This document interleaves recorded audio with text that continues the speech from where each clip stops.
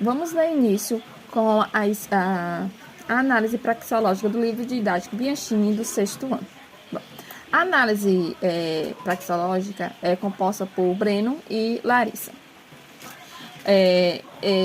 Iniciando pela análise do livro didático, a gente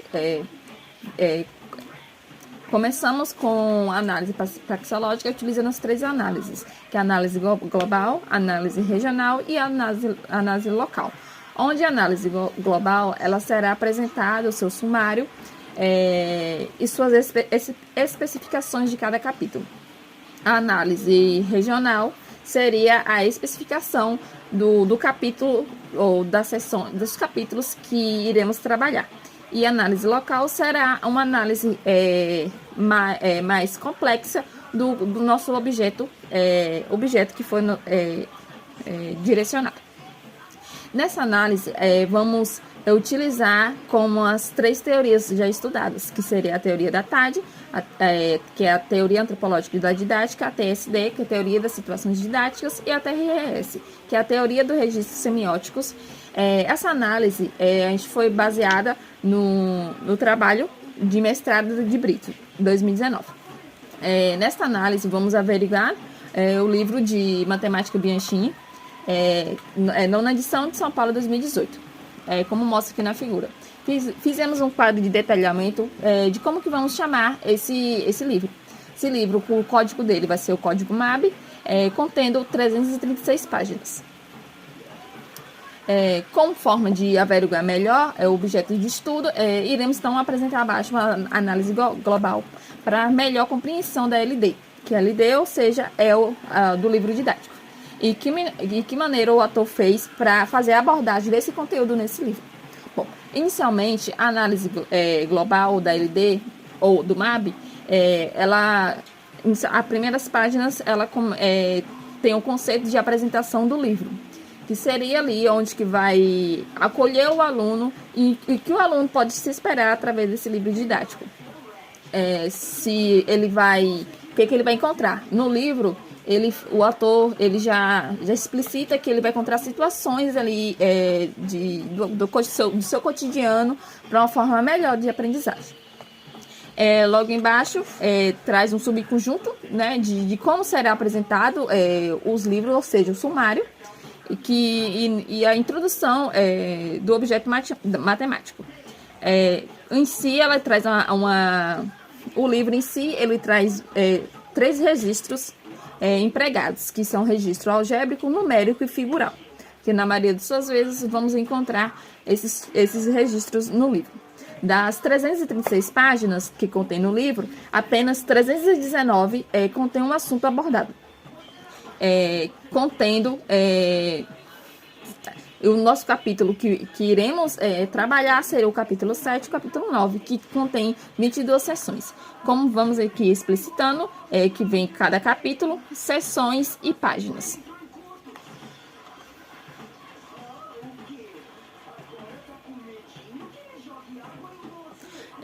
Além disso, além de todo o conteúdo abrangido dentro do livro, também temos umas especificações em cada capítulo. Cada capítulo ele vai abordar a história do objeto a ser estudado, a apresentação do conteúdo, exercícios propostos, exercícios complementares. Alguns vai ter o modelo lá trabalhando as informações.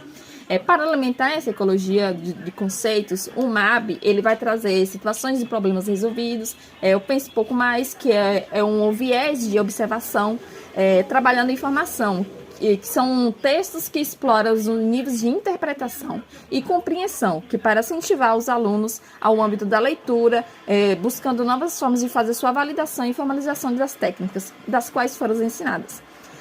E atividades em grupo, que para incentivar o trabalho e a pesquisa, para explorar situações que promovem o tratamento de dados para propagar a construção de argumentação e aprofundar os conhecimentos adquiridos. E no final do livro, ali em cerca da página 330 e 335, vamos ter as respostas finais. Alguns exercícios eles não vão conter respostas finais. São exceções, exercícios que contêm em si uma resposta final, mas não passo a passo.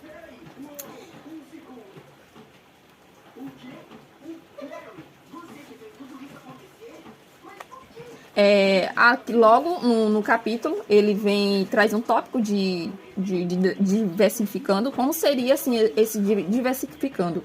Ele é um novo conceito de como nós vamos explicar esse conteúdo, de uma nova forma de trabalhar com o conteúdo assim, não ficar aquela maneira prendido no assunto. E o trabalhando as informações seria na maioria das vezes, seria para analisar gráficos. E a análise regional foi aqui que destacamos, que é uma organização específica do MAB, que pegamos os capítulos 7 e 9 para fazer os estudos. No capítulo 7, ele tem total de 7 sessões, né? Que é pressuposto por 7 definições, 48 exercícios resolvidos, 14 exemplos e 11 pacotes de exercícios. Ao todo, contendo 29 páginas de todo o capítulo. E na tabela 3, ele vem trazendo 15 sessões, na qual é pressuposto por 7 definições, 22 exercícios resolvidos, 10 exemplos, 19 pacotes de exercícios, 42 páginas com todas as subdireções juntas. Contudo, essa organização que, analisando assim, ela não foi suficiente, porque alguns aspectos assim a gente percebe que ele não tem toda a definição do conteúdo em si. Temos que estar buscando por fora do livro para poder fazer uma explicitação melhor. E exercícios em si não tem muito abrangente nesse livro. A partir disso, agora vamos estudar agora a estrutura da organização da análise local. Iniciando a nossa análise local, a partir do capítulo 7, a gente vai poder verificar que no primeiro capítulo, no início desse capítulo, o autor ele apresenta um infográfico que mostra o desmatamento na região do Cerrado do Brasil. E nesse infográfico a gente pode notar, né, que ele apresenta dados que não fazem parte do conjunto dos números naturais. Ou seja, esse é o primeiro contato do estudante, primeiro contato na sala de aula, obviamente, do estudante com os números, outros números que não fazem parte desse conjunto dos números naturais, que é algo que eles já trabalham, mas que esses outros grupos de números são algo que eles não conhecem. E aí eu trouxe alguns exemplos aqui de alguns números que aparecem, por exemplo, 2,6, 2,036, 8,21%, 20%, 7 terços e 1 terço. Então, esse é o primeiro contato do estudante na escola com o objeto matemático de frações. E seguindo aqui esse exemplo que é apresentado pelo leitor, o autor ele conceitua logo embaixo, ele formaliza essa questão ele formaliza o conceito de frações. Ele diz o seguinte, que todo número que pode ser representado na forma de fração a sobre b, em que a e b são números naturais com b diferente de zero, é um número racional. Então, esse é o primeiro contato formal do estudante com o objeto matemático de frações. Seguindo esse exemplo, o autor ele apresenta um outro exemplo mais palpável das frações, que é o seguinte: uma menininha ela está andando e ela decide descobrir quantos pés dela cabem em um passo. Para isso, o que ela faz? Ela dá um passo, mede o comprimento desse passo e vai encaixando os pés dela. Ela vai notar aí que em um passo dela, ela vai ter uma quantidade de 3 pés dela. Então, a partir daí, ela começa a pensar, no caso, de que forma ela pode representar isso numericamente.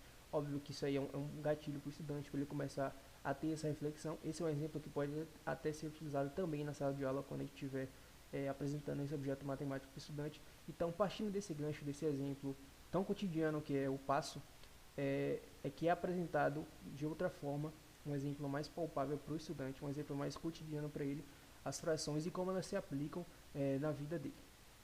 Seguindo, a gente vai ter um outro exemplo básico aqui, em que uma pizza é pedida para uma família de 6 pessoas, sendo que dessas 6 pessoas, cada uma delas comerá 2 pedaços. Então a gente vai ter aí um consumo total de 12 pedaços. Só que a pizza encomendada ela só possui 8 pedaços. Então, para a gente relacionar a quantidade de pedaços que serão comidos e a quantidade de pedaços que estão dispostos, a gente vai ter a fração de 12 sobre 8. Ou 2 oitavos, melhor dizendo. E aí a gente vai ter um impasse, porque a quantidade de pedaços que serão comidos pela família é maior do que a quantidade de pedaços que é ofertada. Então, nesse ponto aí, o autor ele conceitua que quando a fração ela possui um numerador maior que o denominador, o resultado será maior que 1 inteiro. Seguindo aqui, a gente vai ter o primeiro pacote de exercícios. Nesse pacote de exercícios é algo bem básico, bem intuitivo ainda. para o estudante. E é aqui que a gente começa a ter a definição da nossa primeira técnica, que é identificar o nosso inteiro, realizar as divisões para determinar o denominador e escolher, entre aspas, partes dessas divisões e assim definir o valor do numerador. Essa técnica se aplica ao primeiro exemplo e ao segundo exemplo, visto que o primeiro exemplo a gente pode dizer que é um caminho de ida e o segundo exemplo é um caminho de volta. No primeiro exemplo eles têm que representar as figuras aí que são pintadas em frações, e no segundo exemplo eles têm que representar nas figuras, pintadas nas figuras, as frações que eles estão dando ali do lado. E no terceiro exemplo é só leitura e escrita de frações, que a gente pode definir como a nossa técnica 2.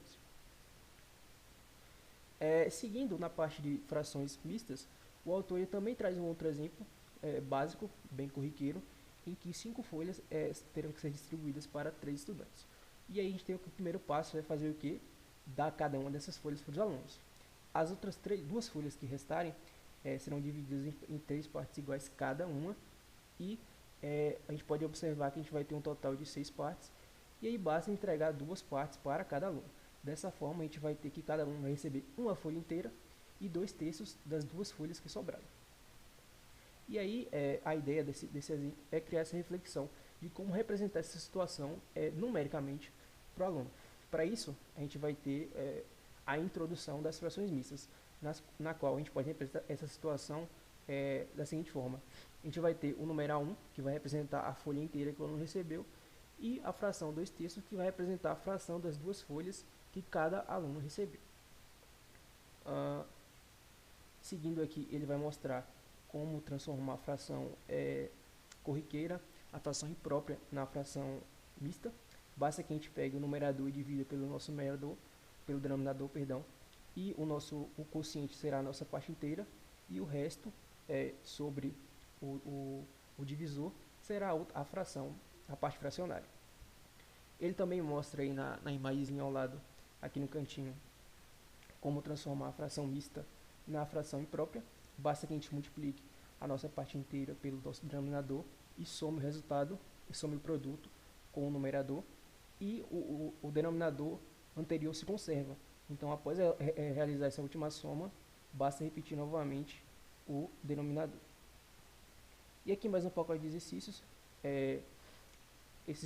Essas definições, esses exemplos que eu acabei de citar, a gente pode definir eles como a técnica 3 e a 4. Para resolver a questão 17, que é transformar as frações mistas nas frações impróprias, basta utilizar a técnica 3. E a questão 18 pede que a gente transforme as frações impróprias nas frações mistas, basta utilizar a técnica 4.